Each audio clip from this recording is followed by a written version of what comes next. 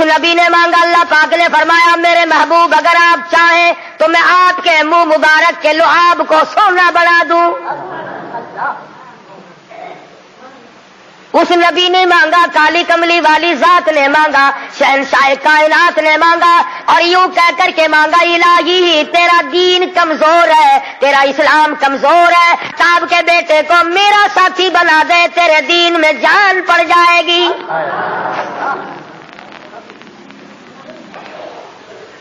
گویا فاروق اعظم اسلام کی شان و شوکت ہے، اسلام کی عظمت بن کر آئے، اسلام کی سربلندی بن کر آئے، اور محبوب دو عالم صلی اللہ علیہ وسلم نے مانگا، خدا نے دیا۔ اس لیے علماء کرام کہتے ہیں تمام صحابہ کرام، تمام کے تمام صحابہ کرام، چاہے ابو بکر صدیق کیوں نہ ہو، عثمان ذی النورین کیوں نہ ہو، علی مرتضی رضی اللہ تعالیٰ عنہ کیوں نہ ہو، طلحہ زبیر کیوں نہ ہو، سعد بن وقاص کیوں نہ ہو، خالد بن ولید کیوں نہ ہو، عبد الرحمن بن عوف کیوں نہ ہو، حضرت ابو عبیدہ بن جراح کیوں نہ ہو، امیر معاویہ رضی اللہ تعالیٰ عنہ اجمعین، کوئی کتنا بڑا صحابی کیوں نہ ہو، علماء کرام کہتے ہیں تمام کے تمام صحابہ حضور کے مرید ہیں، فاروق اعظم حضور کی مراد ہے۔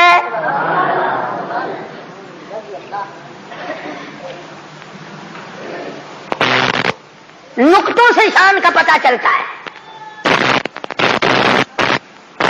ایک دن سیدہ عائشہ صدیقہ اور سیدہ فاطمہ الزہرا رضی اللہ تعالی عنہا ماں بیٹی بیٹھی ہوئی تھی۔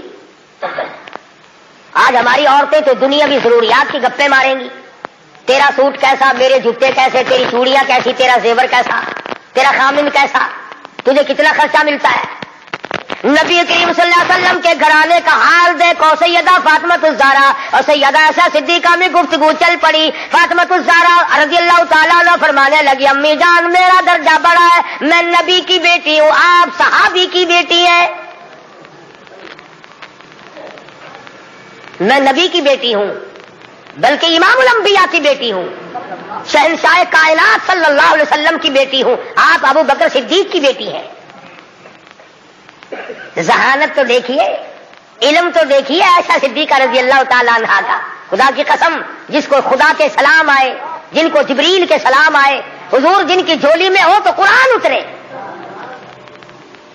سیدہ عائشہ صدیقہ فرمانے لگی بالکل بیٹی ٹھیک ہے، بے شک مانتی ہوں تیرا درجہ بڑا ہے، آپ شہنشاہ کائنات کی بیٹی ہیں، امام الانبیاء کی بیٹی ہیں، محمد الرسول اللہ کی بیٹی ہیں، آپ کالی کملی والے صلی اللہ علیہ وسلم کی بیٹی ہیں، میں ابو بکر صدیق صحابی کی بیٹی ہوں، بالکل ٹھیک ہے، مگر یہ رشتے ناتے دنیا کے ہیں، لخت جگر میں نے تیرے ابا سے سنا، شہنشاہ کائنات صلی اللہ علیہ وسلم سے سنا، جس عورت کا نکاح جس آدمی کے ساتھ ہوگا قیامت میں اسی کے ساتھ اٹھے گی، اسی کا پلہ پکڑ کے جنت میں جائے گی، تو خاتون جنت ہے فاطمہ، میں نے تیرے ابا سے سنا ہے اس بات کے مطابق جس وقت جنت کا داخلہ ہوگا تیرے ہاتھ میں علی مرتضی کا ہاتھ ہوگا، میرے ہاتھ میں امام الانبیاء کا ہاتھ ہوگا۔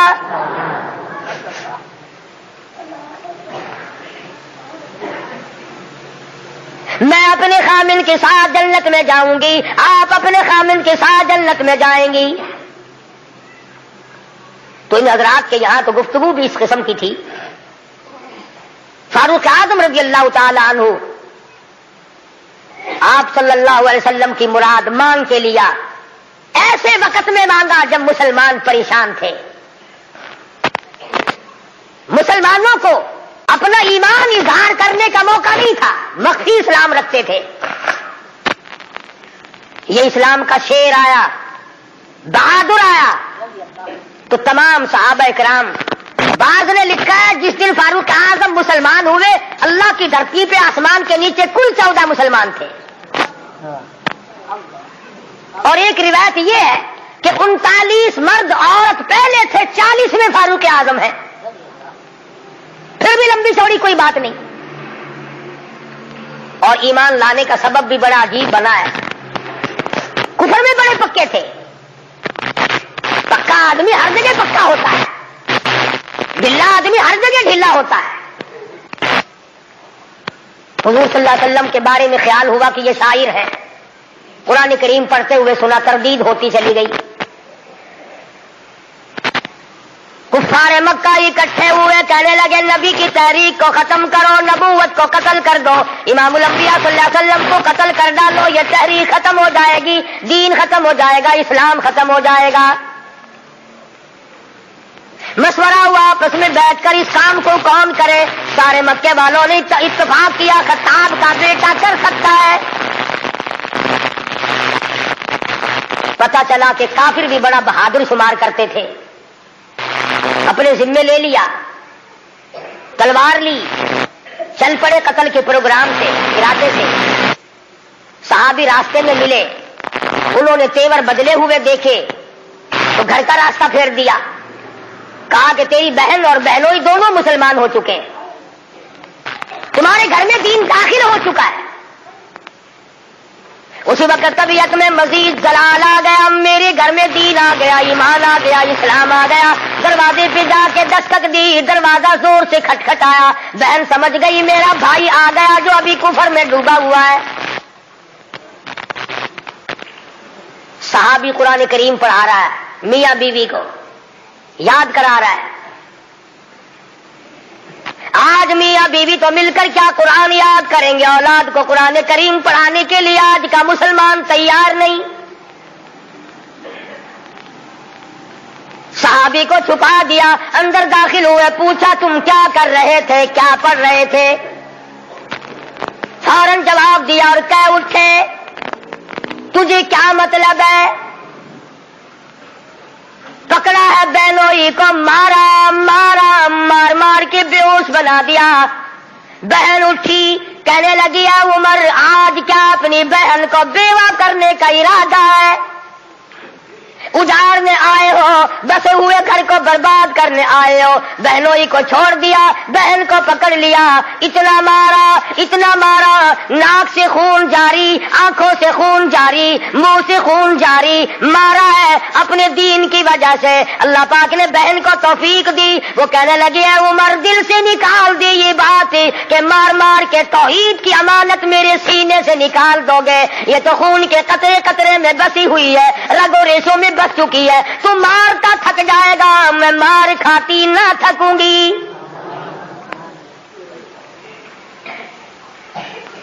جس ماں کی چھاتی کا دودھ تو نے پی رکھا ہے، میں نے بھی اسی کا دودھ پی رکھا ہے، تیرا جتنا جی چاہے مار لے، ایمان کا کلمے کا انکار نہیں کیا جا سکتا۔ اس لیے شاعر کہتا بہن بولی عمر ہم کو اگر تو مار بھی ڈالے، شکنجوں میں کسیا بوٹیاں کتوں پہ نچوا دے، جو تیرا جی چاہے کر گزر۔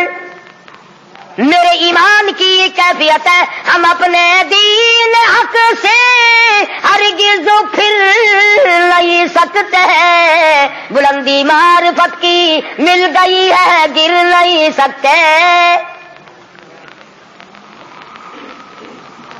جو تیرا جیتا ہے کر گزر۔ قیمہ بنا سکتے ہو، بالکل جان ختم کر سکتے ہو، پر ایمان کا دامن نہیں چھڑا سکتے۔ عورت ذات اور حالت یہ ہے بہن سے نام حق، آنکھوں سے آنسو منہ سے خون جاری، عمر کے دل پہ اس نقشے سے عبرت ہو گئی تاری۔ سوچتے ہیں میرے سامنے کبھی بولی نہیں، آج کیسے بول رہی ہے؟ کیا بات ہے؟ بھائی سے ڈر جانے والی بہن، روب کھانے والی بہن، کبھی میرے سامنے کلام نہیں کیا، کس چیز نے آج اتنی طاقت دے دی، جرأت دے دی، شجاعت دے دی، بہادری دے دی، اسپرٹ داخل کر دی، آج مجھے چیلنج کر رہی ہے، علل اعلان کرتی ہے تو مارتا جا میں مار کھاتی جاؤں گی۔ پیچھے کو ہٹ کر بیٹھ گئے اور کہنے لگے کہ فاطمہ میری بہن اب تو وہ دکھا دے تم کیا پڑھ رہی تھی۔ ایسے وقت میں بھی قرآن کریم کا تقدس ملحوظ ہے۔ پاکستان کے مسلمانوں تم نے اخبارات میں پڑھا سنا، شرم نہیں آئی؟ 15 شہروں میں قرآن کریم کی توہین کی گئی، اللہ کے قرآن پہ پخانے کیے گئے۔ گندگی میں پھینکا گیا، جلایا گیا۔ آج اللہ کا قرآن میرے تیرے دروازے پہ کرلاتا پھرتا ہے، روتا پھرتا ہے، اور مسلمانوں ہے کوئی میرا او لوگا میری توہین ہو گئی، اس کا وارث کون بنے؟ قرآن کریم کے وارث مدینے کے قبرستان میں سو گئے۔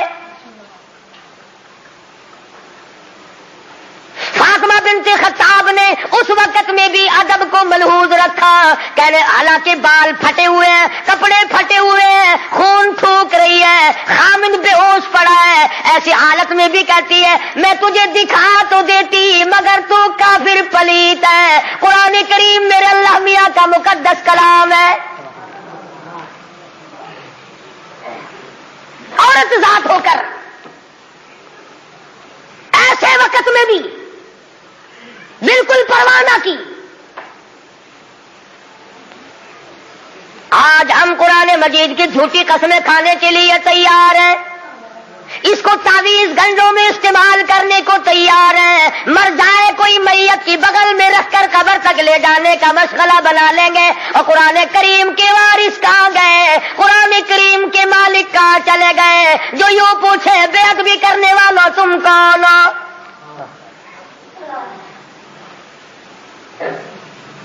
آج اگر کسی حکومت کے بارے میں کوئی بات کر دی جائے فوراً سزا آ جاتی ہے، اگر کسی کے بارے میں کچھ کہہ دیا جائے فوراً قانون حرکت میں آتا ہے، حکومت کے کارندے حرکت میں آتے ہیں۔ اور سی آئی ڈی والوں، انٹیلیجنس والوں، کہاں گیا تمہارا محکمہ؟ اللہ کے قرآن کی بے عزتی ہو گئی۔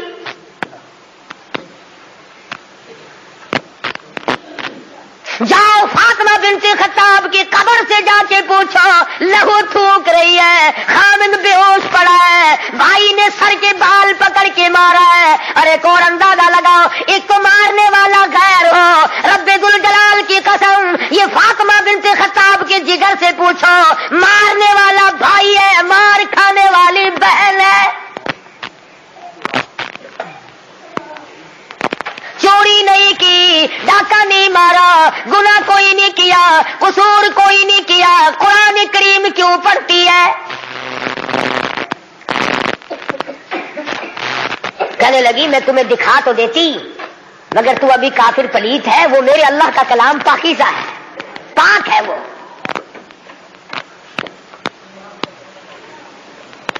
دیکھوں گا ضرور، میں پاک کیسے ہو سکتا ہوں؟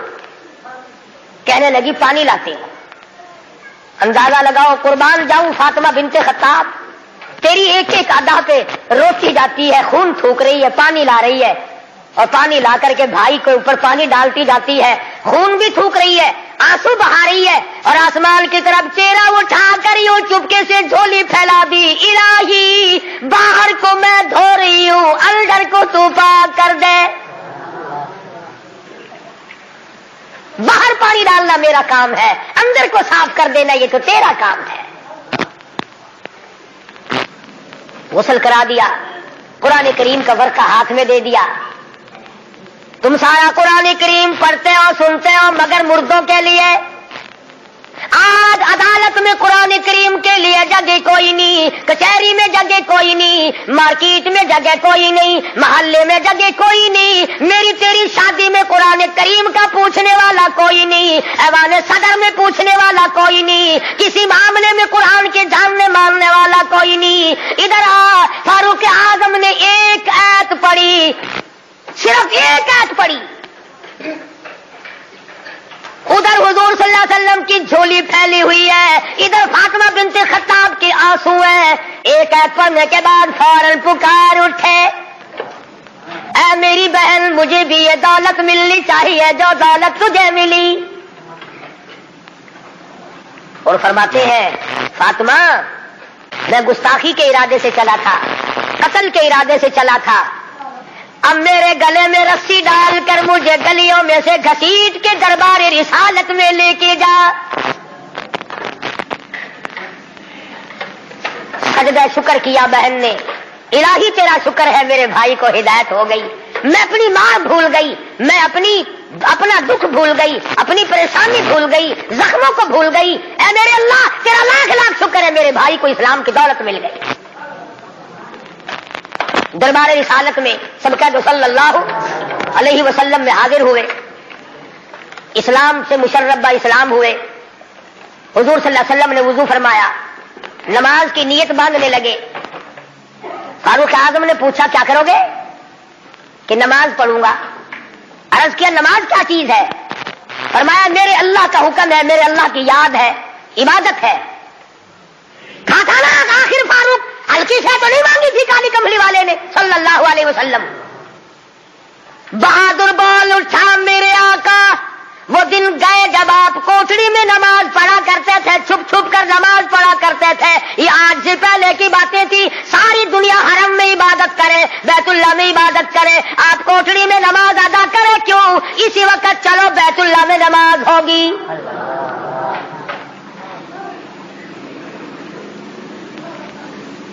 میں نے عرض کیا تھا نا کہ ہلکی سے نہیں مانگی نبی نے. اور ادھر وہ جو تھا نا دار الندوہ، جہاں بڑے بڑے قریش انتظار میں بیٹھے ہیں، ابھی سر کٹے گا نعوذ باللہ نبی صلی اللہ علیہ وسلم کا، ابھی لاتے. بیت اللہ میں تشریف لے آئے اور مکے کی طرف تمام لوگوں کی طرف منہ کر کے فرمایا اللہ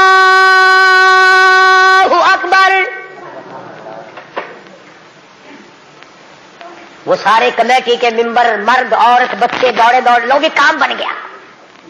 جس کام کے لیے ہم نے بھیجا تھا وہ کام بن گیا. نعوذ باللہ نبی کو شہید کر دیا گیا. سامنے آئے فاروق اعظم فرمانے لگے آؤ، جس نے اپنے بچے یتیم کرانے ہو وہ مقابلے میں آ جائے، جس نے اپنی بیوی کا سہاگ گزارنا ہو سامنے آؤ. وہ دن گئے جب تم میرے محبوب کو تنگ کیا کرتے تھے. اب انگلی کا اشارہ کرو گے میں انگلی کو کاٹ کے رکھ دوں گا. آپ کا اشارہ کرو گے اپنے محبوب کی حمایت میں تمہاری آنکھ نکال کے پھینک دوں گا.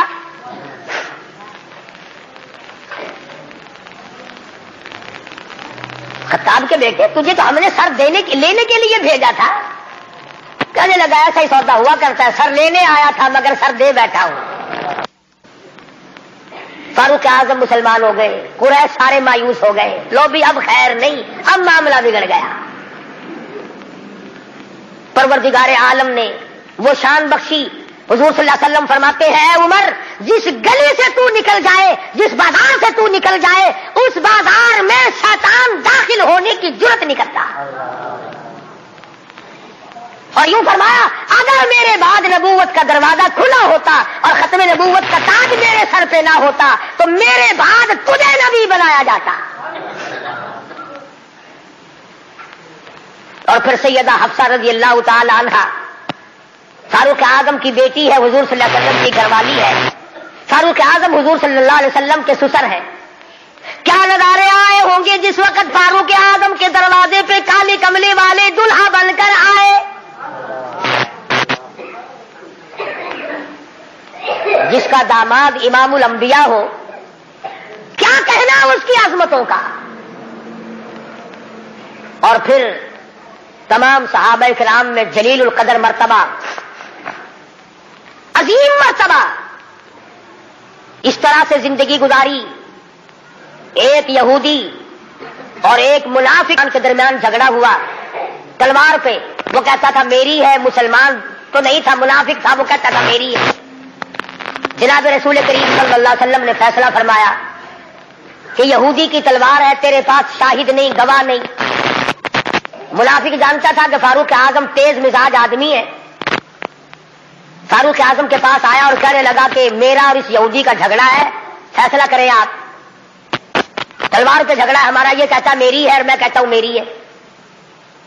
یہودی نے چپکے سے کہا کہ جی ہاں آپ فیصلہ کر دیں. پہلے محمد عربی صلی اللہ علیہ وسلم نے بھی فیصلہ فرمایا. حضرت عمر نے پوچھا حضور نے فیصلہ کر دیا؟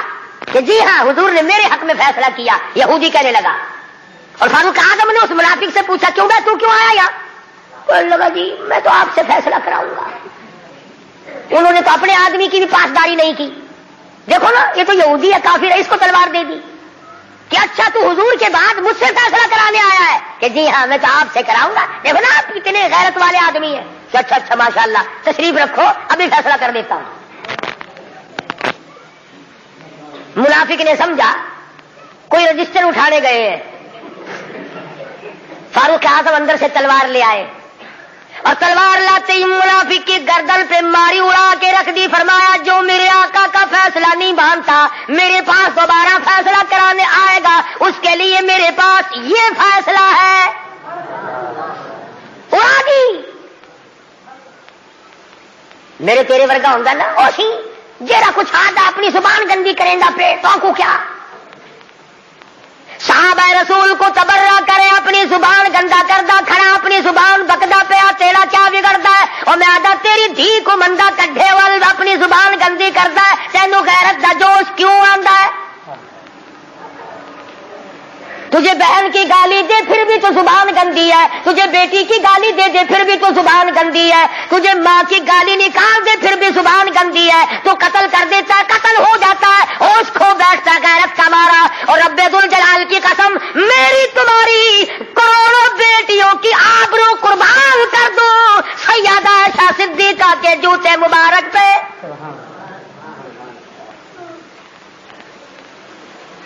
کیوں گالی دے کوئی کسی کو؟ کہاں سے جرت آ گئی؟ کیوں جرت کرتا ہے کوئی کسی صحابی کو یا کسی صحابیہ کو گالی دینے کی؟ وہ مذہب کس کام کا جس میں گالیاں دی جائے؟ وہ مذہب ہے کوئی؟ وہ عبادت ہے کوئی جس میں گالی ہو سب و ستم ہو تبرہ ہو؟ آج اگر کسی مغلیہ خاندان کے فرزند کی حکومت ہوتی ہم پھر دیکھتے کہ کون ہے امیر معاویہ کو سب کو ستم کرنے والا اور کون ہے اما عائشہ کو بھونکنے والا. اور میرا ایمان ہے، میں یہ جوش دلانے کے لیے نہیں کہتا، میرا ایمان ہے جس کان نے صحابہ کرام کا تبرہ سنا یا اپنی اماں کی شان میں گستاخی سنی، جب تو 50,000 سال کا پیاسا ہوگا تیری آنکھ نے پانی نہیں دیکھا ہوگا، نہ ندی نہ نالا نہ چشمہ نہ کنواں نہ سمندر نہ دریا، سوا نیزے پہ سورج ہوگا اور 50,000 سال کا ایک دن گزرے گا. اور جب تو کالی کملی والے صلی اللہ علیہ وسلم کے دربار میں اور کوثر پہ جائے گا، میرا ایمان ہے اماں ایسا تیرا دامن پکڑ کر جھٹک کے پوچھیں گی بیٹا تو ہی تھا جو میری شان میں گالیاں سنا کرتا تھا.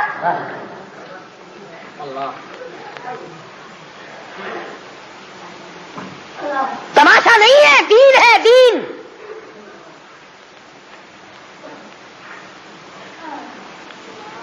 سیدنا فاروق اعظم رضی اللہ تعالی عنہ ان عظیم ہستیوں میں سے ہیں جنہوں نے اپنے دور خلافت میں اسلام کے نام پر 18,000 شہر فتح کیے. 18,000 شہر فتح کیے. کوئی مائی کا لال ایسا کام قیامت تو آ سکتی ہے مگر فاروق اعظم کی طرح تو فتح تو کر کے دکھائے. جن لوگوں نے فاروق اعظم کی شکل دیکھ کر بیت المقدس کی چابیاں حوالے کی تھی، جب لوگوں نے فاروق اعظم کو گالیاں دینی شروع کی اللہ پاک نے تم سے قبلہ اول چھین لیا. تم اس قابل ہی نہیں جس کے چہرے کی برکت سے تمہیں بیت المقدس ملا تھا اس کو بکواس کر رہے ہو. جاؤ اب بیت المقدس میں یہودیوں کو تو دے سکتا ہوں مگر گالیاں دینے والوں کو نہیں دوں گا. بڑی عظمت کے مالک ہے سیدنا فاروق اعظم رضی اللہ تعالیٰ جنہوں نے اپنے دور خلافت میں وہ عدل کیا. اب وہ منافق کی گردن جو اڑا دی نا، منافق تو بے شمار تھے، اوپر سے مسلمان بنے ہوئے تھے اندر سے پکے یہودی تھے. ہائے ہائے دیکھو بالکل بے گناہ اپنے دروازے پہ. ارے بھائی اکرام کرنا چاہیے تھا، کلمہ گو کو قتل مار کر دیا. ہائے ہائے ہائے سارے اکٹھے ہو کے اور دربار رسالت میں گئے، دربار رسالت میں گئے. ہائے مر گئے ہائے مر گئے ہائے ہائے. حضور صلی اللہ علیہ وسلم نے پوچھا کیا ہوا؟ ارے بس وہ تمہارا ہے نا وہ کون؟ ارے وہ بڑا آپ نے بڑا بنا رکھا ہے نا اسے. کون؟ اجی وہ ہے نا جس کو فاروق اعظم کہتے ہیں عمر. ہاں حضور صلی اللہ علیہ وسلم نے فرمایا ہاں ہاں کیا بات ہے؟ بالکل بے گناہ بے قصور بے خطا بڑا نیک آدمی، حاجی غازی نمازی، تلوار ماری گردن اڑا دی. مسلمان کی ہاں یہی تو دکھ ہوا، مسلمان کو مار دیا، بدلہ دلواؤ جلدی کرو. انہوں نے سوچا چلو ہمارا تو ایک کمینہ گیا پر بدلے میں فاروق اعظم کو قتل کریں گے. امام امام الانبیاء محبوب کبریا حضرت محمد مصطفیٰ صلی اللہ تعالی علیہ وسلم نے فاروق اعظم کو بلا بھیجا. بلا کے فرمایا اے فاروق یہ کیا بات کہہ رہے ہیں؟ کہتے ایک مسلمان کو آپ نے قتل کر دیا بغیر کسی وجہ کے. فاروق اعظم پریشان ہوئے میں اب کیا کروں. ادھر سے جبریل امین قرآن لے کر آ گیا. فلا وربک. لوگوں وہ کتنی بڑی شان کے مالک ہوں گے جن کی ضرورتوں کے مطابق قرآن اترا. فلا وربک اے میرے محبوب تیرے رب کی قسم, مجھے اپنی قدرت کاملہ کی قسم, مجھے اپنی الوہیت کی قسم, مجھے اپنے جلال کی قسم, مجھے اپنی پروردگاری کی قسم, لا یؤمنون. اس وقت تک کوئی مسلمان ہو ہی نہیں سکتا, مسلمان بن ہی نہیں سکتا حتی یحکموک فیما شجر بینہم. اور میرے محبوب جو تیرے فیصلے کو پلٹ دے, جو تیرا فیصلہ نہ مانے وہ مسلمان کہے گا. میں خدا قسم کھاتا ہوں فاروق نے مسلمان نہیں مارا بلکہ یہودی منافق مارا ہے.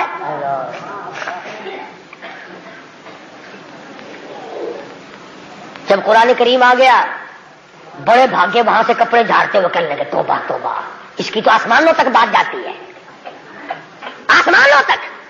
وہ فاروق بیت اللہ میں مدنی کریم صلی اللہ علیہ وسلم تشریف فرمائے. عرض کیا میرے آقا میرا دل چاہتا ہے کہ مقام ابراہیم پہ 2 رکعات پڑھا کروں. فرمانے لگے عمر اللہ کے امر کے بغیر میں تو سانس نہیں لیتا. اسی وقت قرآن کریم آ گیا واتخذوا من مقام ابراہیم مصلی.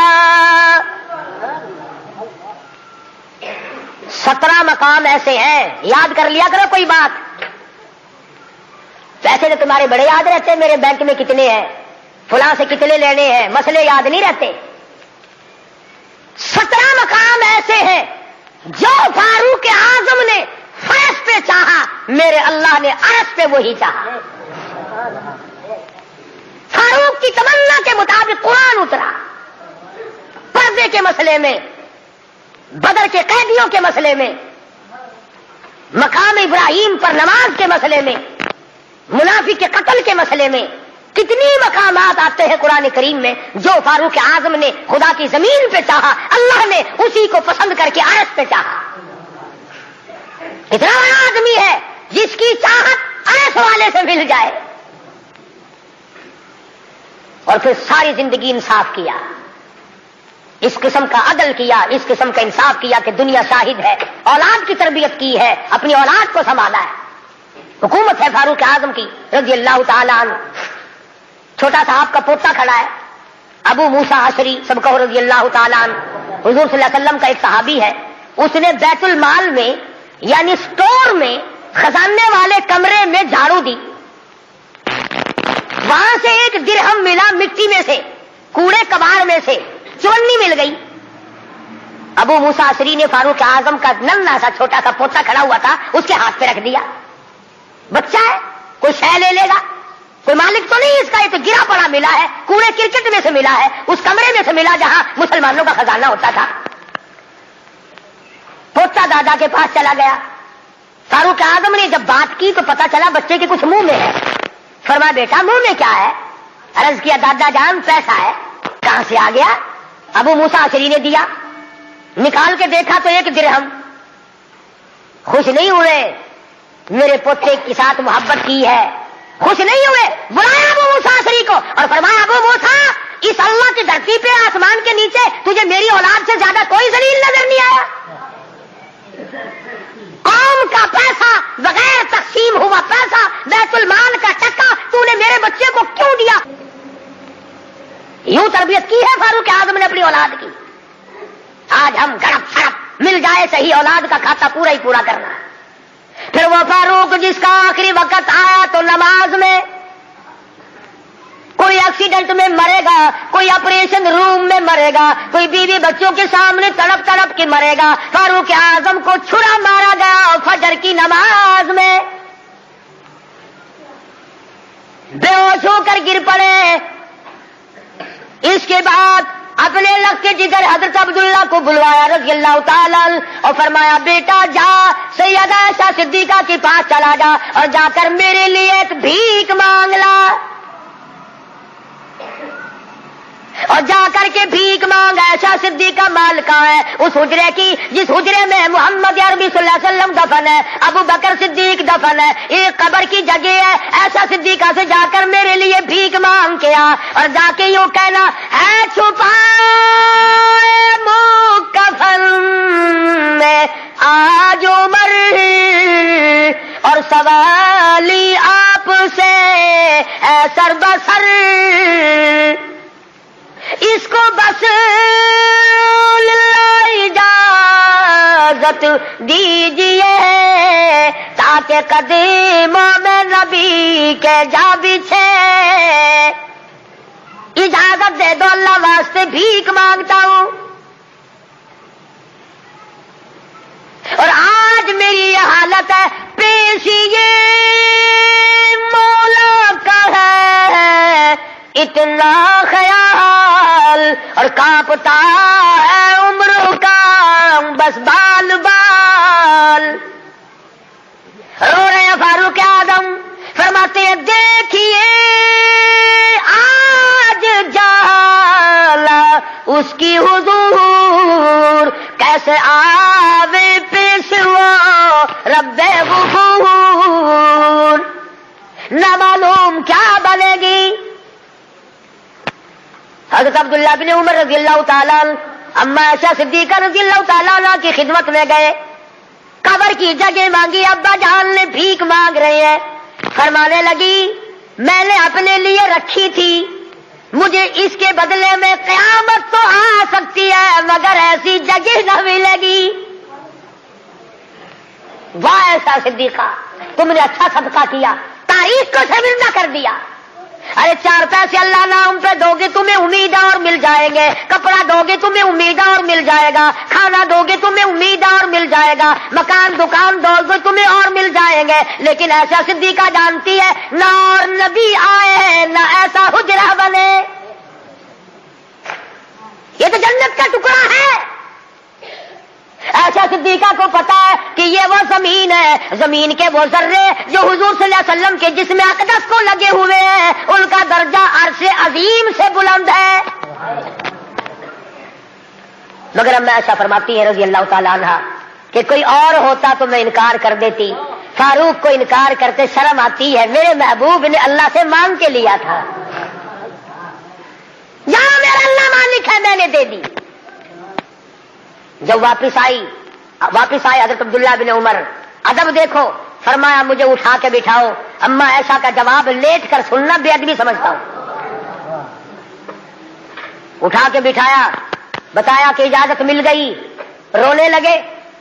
انصاف کا دم بھرنے والوں، عدل کا نام لینے والوں، فاروق کا آخری انصاف دیکھو، آخری یوں فرمایا ابھی مجھے سانس آ جا رہے ہیں، جب میری روح پرواز کر جائے، جب میرا دم نکل جائے، مجھے غسل دے کر فارغ ہو جاؤ، جنازے کی تیار کر چکو، جب میرا منہ کفن میں چھپا سکو اور چھپا چکو، میرا جنازہ اٹھا کر اما عائشہ صدیقہ کے دروازے پہ لے جانا۔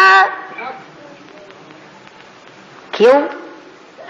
کیا کریں گے وہاں لے جا کر؟ فرمایا قیامت تک کے آنے والے لوگ یوں نہ کہیں زبردستی لے لی ہوگی، ورنہ ایسی جگہ کون دیا کرتا ہے؟ حکمران جو تھا 22 لاکھ مربع میل کا حکمران جو ہے، بادشاہ جو ہے 18,000 شہروں کا فاتح جو ہے، او میاں دبا کے لے لیا ہوگا، کون ایسی جگہ قبر کی جگہ دیا کرتا ہے؟ فرمایا جب میں نہ بول سکوں، میں خاموش ہو جاؤں ہمیشہ کے لیے، میری حکومت نہ رہے، میرا اقتدار نہ رہے، میری حکمرانی نہ رہے، منہ کفن میں چھپا ہوا ہو، اما عائشہ صدیقہ کے دروازے پہ رکھ دینا، پھر اجازت مانگنا کہ آج بھی اجازت پھر دو، اگر اجازت دے تو حضور صلی اللہ علیہ وسلم کی قبر کے برابر دفن کرنا، اگر اس وقت اجازت نہ دے تو جنت البقیع میں دفن کر دینا۔ کتنا بڑا انصاف ہے اور کس قدر خدا کا خوف ہے۔ فرمایا اگر وہ تم نے ایسا نہ کیا قیامت میں ڈر ہے کہیں شرمندہ نہ ہو جاؤ۔